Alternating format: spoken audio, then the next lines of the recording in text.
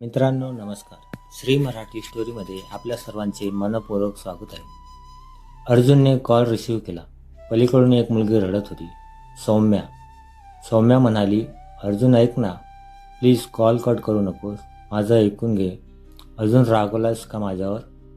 How many more time do I have to explain to you? महिना होऊन गेला, तू इंडियाला जाणार हे मला धड बोललाही नाहीस. त्या दिवसापासून मी किती कॉल करते तुला, तू कॉल रिसीव्ह करत नव्हतास. अर्जुन म्हणाला, what really? I don't even need your explanation. स्वतःच्या चुका लपवण्यासाठी तू मला काही सांगशील आणि मी ऐकेन असं वाटलं तुला? अर्जुन भडकला होता. सौम्या म्हणाली, I really miss you so much Arjun. Arjun म्हणाला, don't dare to take my name. Arjun कठोर आवाजात म्हणाला.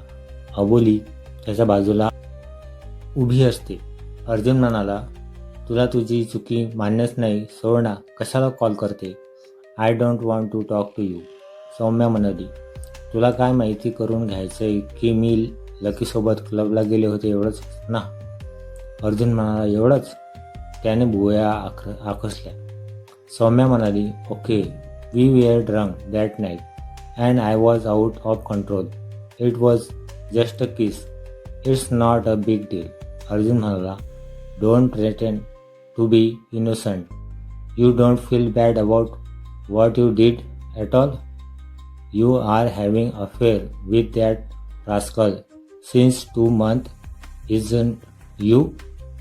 तुला काय वाटलं मला कळणार नाही? It's all clear now. Thought you were not that kind of girl.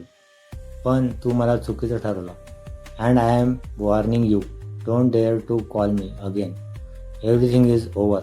रागाने त्याचा चेहरा लालबुंद झाला होता. तो ताडताड पार्कमधून बाहेर पडला आणि अबोलीही त्याच्या मागे आली. दोघेही घरी आले. एक कॉलने त्याचा मूड खराब झाला होता.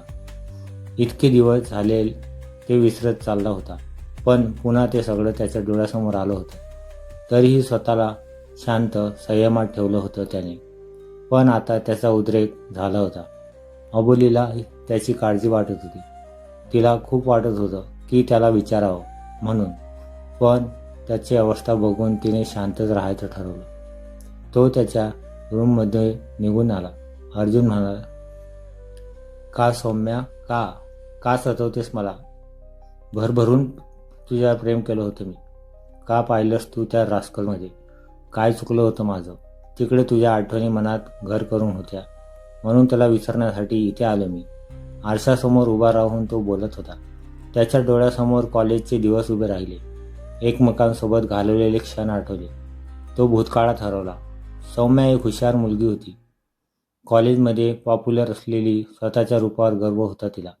कोणाली घास टाकायची नाही आणि तिचा हाच अंदाज अर्जुनला आवडत होता. दोघांची कॉलेजमधलीच ओळख. कॉलेज ग्रुपमध्ये असताना दोघांची एकमेकांना डेट करायला सुरुवात केली होती आणि कॉलेजच्या लास्ट इयरला अर्जुनने तिला प्रपोज केलं होतं. वर्तमान. अबोली जेवणाचं विचारायचं म्हणून अर्जुनच्या रूमच्या दिशेने येत होती. तेवढ्यात तिला अर्जुनच्या रूममधून बाहेर आवाज आला. ती पळतच त्याच्या रूममध्ये शिरली.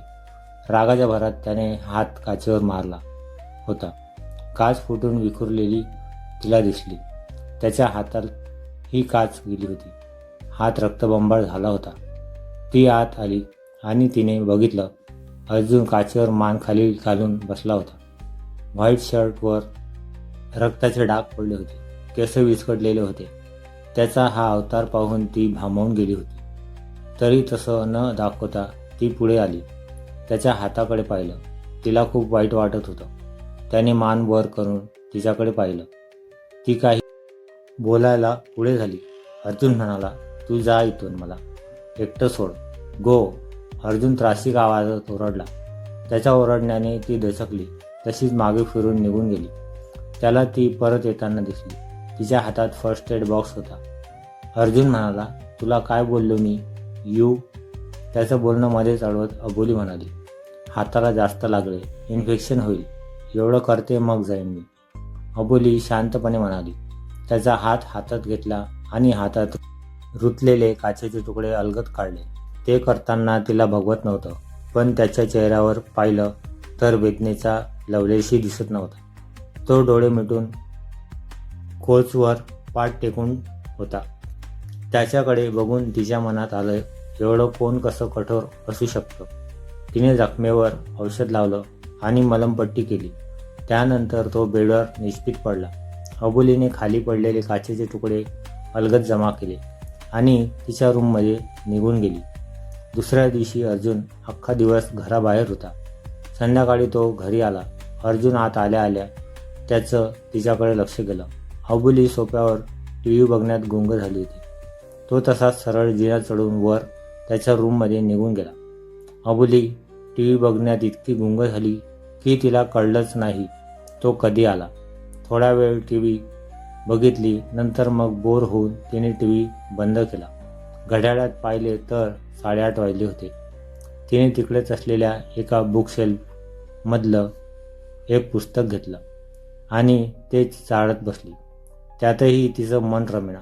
शेवटी परत पुस्तक बाजूला ठेवून ती जिना चढून वर तिच्या रूममधून निघून गेली. आज काय होतंय काय माहीत, मला कशातच मन रमत नाही माझं, स्वतःला आरशात पाहत पाहत स्वतःशीच म्हटले. थोड्या वेळाने रूमच्या बाहेर येऊन बाहेरच्या गॅलरीमध्ये निघून गेली. समोरच तिला पाठमोरा आकृतीत अर्जुन दिसला. तिच्या मनात आलं, हा इकडे काय करतोय? अरे मी पण ना. त्याचं घर आहे, तो कुठेही जाईल. तिने आज त्याच्याशी स्वतःहून बोलायचं ठरवलं.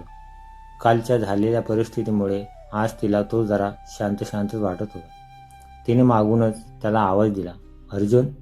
त्याने मागे वळून पाहिले. ती त्याच्या जवळ गेली आणि त्याच्या बाजूला जाऊन उभी राहिली.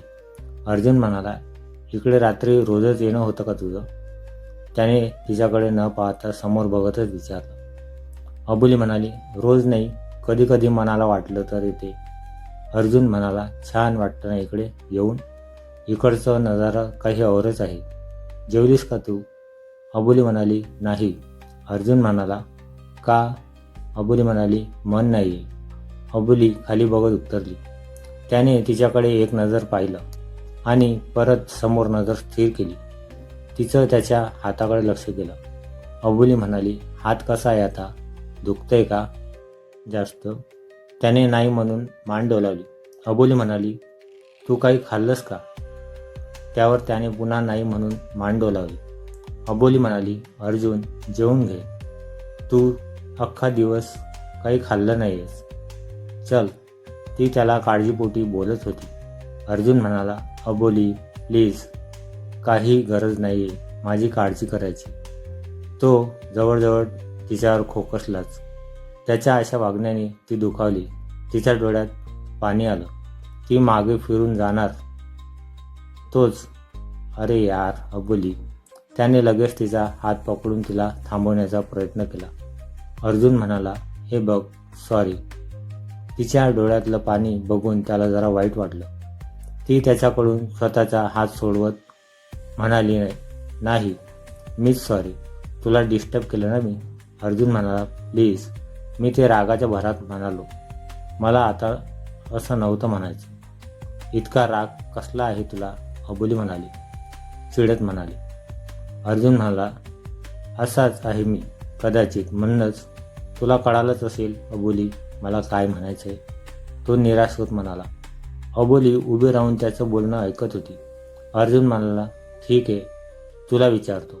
एखाद्या नात्यात तू खूप अपेक्षा ठेवल्या आणि तिथून तुला फक्त दुःख आणि हार्टब्रेक मिळालं तर तू काय करशील? त्याने प्रश्न विचारला तशी ती काही क्षणासाठी ब्लँक झाली. आपोआपच तिचे डोळे मिटले गेले आणि तिच्यासमोर तिच्या बाबाची म्हणजेच रावसाहेबांची मूर्ती उभी राहिली. तिने एक मोठा श्वास घेतला आणि डोळे उघडत म्हणाली, अशा वेळी लेट गो करायचं. झालेल्या गोष्टी विसरून आपल्या आयुष्यात पुढे जायचे. खरं तर वेळ हेच औषध आहे. त्यावर तिच्याकडून हे उत्तर अनपेक्षित होतं त्याच्यासाठी. त्याने तिच्याकडे पाहिलं. तिच्या डोळ्यात त्याला काहीतरी जाणवलं. तिचे डोळे काहीतरी सांगू पाहत होते. काहीतरी झेललंय तिने, पण कसला अंदाज लावता येत नव्हता. तिचा पास्ट जाणून घ्यायची त्याची इच्छा तीव्र झाली. शेवटी त्याने तिला विचारलं. अर्जुन म्हणाला, एक विचारू अबोली? तुझं इथे येणं कसं झालं? नक्की काय झालेलं? तिला आधीपासूनच कुणकुण होती की हा प्रश्न तिला कधी ना कधी फेस करावा लागेल. तिने दीर्घ श्वास घेतला आणि पुन्हा जी कहाणी वनिताला सांगितलेली तीच कहाणी अर्जुनला एकदा सांगून टाकली. त्याचाही विश्वास बसला. त्याला तिच्यावर दया आली. ते ऐकून तिच्यासाठी वाईट वाटलं. इट्स सो डिस्कस्टिंग, तो तिच्याकडे पाहत म्हणाला. ती काहीच बोलली नाही. स्तब्धपणे दुसरीकडे बघत उभी होती. खूप मुश्किलने ती त्याच्यासमोर डोळ्यातलं पाणी अडवायचा प्रयत्न करत होती. पण शेवटी काय, डोळ्यांनी दगा दिलाच तिला. भयंकर हातून असा एकटेपणा जाणवला आणि शेवटी डोळे अश्रू साठवण्यास सक्षम राहिले नाही. डोळ्यातून गंगा यमुना वाहू लागल्या. तिला खूप खूप सांगावंसं वाटत होतं त्याला की काय झालंय, म्हणून तिच्यावर अशी वेळ आली, पण नाही सांगू शकली. तिच्याकडून ते नाही झालं. मनात कितीही वाटलं असलं तरी ओठावर आणण्यासाठी खूप धाडस असावं लागतं. त्याने तिला जवळ घेतलं आणि मिठी मारली. त्याच्या मिठीत ती शांत झाली. त्या मिठीत दिलासा होता, सांत्वना होती आणि त्याच्या मिठीत तिला सुरक्षतेची भावना निर्माण झाली. तो गालात हसत म्हणाला, तू तुझ्या वयापेक्षा जास्तच मॅच्युअर आहेस. अबोली, असं नाही वाटत तुला? ती काही बोलली नाही, फक्त त्याच्या डोळ्यात पाहत मंद हसली. तिच्याशी बोलल्यानंतर त्याला छान हलकं वाटत होतं. सकाळी सकाळी अबोलीच्या गाणी ऐकण्याचा मूड होता. बाहेर टीव्हीवर गाणे लावून ती आत किचनमध्ये न्याहारीची तयारी करायला गेली. थोड्या वेळाने ताल से ताल मिला हे गाणं टीव्हीवर लागलं. ते गाणं ऐकताच तिचे पाय ताल धरायला लागले. नाश्ता तयारच झाला होता. तिने ओढणी कमरेला खोचली आणि तिथेच थिरकायला लागली. किती दिवसातून ती निर्धास्त होऊन नाचत होती. इकडे अर्जुन जॉगिंग करून घरी परतला. तहान लागल्यामुळे तो पाणी प्यायला किचनकडे वळला. समोर अबोली भान हरपून गाण्यावर ठेका धरून नाचत होती. गाणं संपलं तेव्हा तिला भान आलं की अर्जुन केव्हापासूनचा तिच्याकडे पाहतोय. अबोली म्हणाली, तू तू कधी आलास? अर्जुन म्हणाला, तू नाचत होती ना तेव्हा. तो तिची मजा बघत होता. अबोली म्हणाली, ते मी असंच. तिचं तू मैमय चालू होतं. तिला वाटत नव्हतं अर्जुन असा अचानक किचनमध्ये येईल. काय मूर्खासारखी वागतेस तू अबोली. जरा भान तर ठेवायचं आपण कुठे आहोत ते. ती मनातल्या मनात पुटपुटली. अर्जुन हाताची घडी घालून तिची उडालेली धांदल पाहत होता. शर्मेनं तिचा चेहरा लाल झाला होता. ती सरळ किचनमधून बाहेर पडाली. क्रेझी गर्ल, अर्जुन हसला.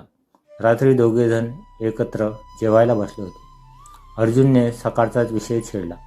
अबोली, तुला इतकं छान डान्स जमतंय आणि तुला आवडही आहे, तर मग तू ते सिरियसली घ्यावं. अबोली म्हणाली, म्हणजे? अर्जुन म्हणाला, you have to find a master. त्यांच्या मार्गदर्शनाखाली तू उत्तम शिकशील. अबोली म्हणाली, बरोबर आहे, पण मला गुरु भेटतील कोण? आणि त्यात मी. अर्जुन म्हणाला, डोंट वरी, मी बघतो काय करायचं ते. जेवण आटपून अर्जुन त्याच्या रूममध्ये निघून आला. त्याने प्रणीतला फोन लावला. अर्जुन म्हणाला, हॅलो प्रणीत. अरे, तू एकदा मागे बोलला होतास की तुझी बहीण क्लासिकल डान्स शिकते म्हणून. एका डान्स मास्टरकडे. प्रणीत म्हणाला, का रे, तुला शिकायचं आहे का आता? अर्जुन म्हणाला, अरे मी कुठे. थोडा पॉज घेऊन बोलतो. अरे ते अबोलीला आवड आहे ना डान्सची, तिच्यासाठी. प्रणीत म्हणाला, अरे खूप कडक शिस्तीचा आहे त्या. खरंच डान्ससाठी सिरियस असेल तरच घेऊन जा तिला. आरतीही टिकली नाही त्यांच्यासमोर. मला सांग, त्या दिवशी तिचं नाव काढलं तर तुझ्या चेहऱ्यावर 12 वाजले होते आणि आता काय झालं? मित्रा, क्या बात है, लगता है दाल में कुछ काला है. अर्जुन म्हणाला, झालं बोलून, तसं काही नाही आहे. आता तुला जेवढं सांगितलंय तेवढं कर. प्रणीत म्हणाला, ओके, तुला त्याची इन्फॉर्मेशन आणि ॲड्रेस व्हॉट्सअप करतो मी. अर्जुनने फोन ठेवला. फोनवर बोलताना तर त्याने त्वरित नाही म्हटलं, पण आता तो प्रणीतच्या बोलण्याचा शांतपणे विचार करू लागला. मी फक्त तिची मदत करतोय, दॅट्स ऑल.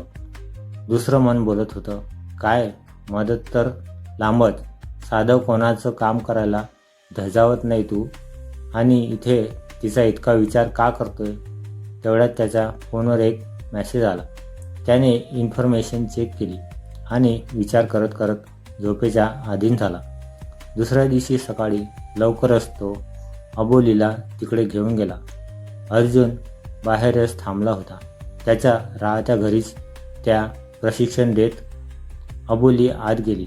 एक मोठी रूम फक्त नृत्य अभ्यासासाठी होती.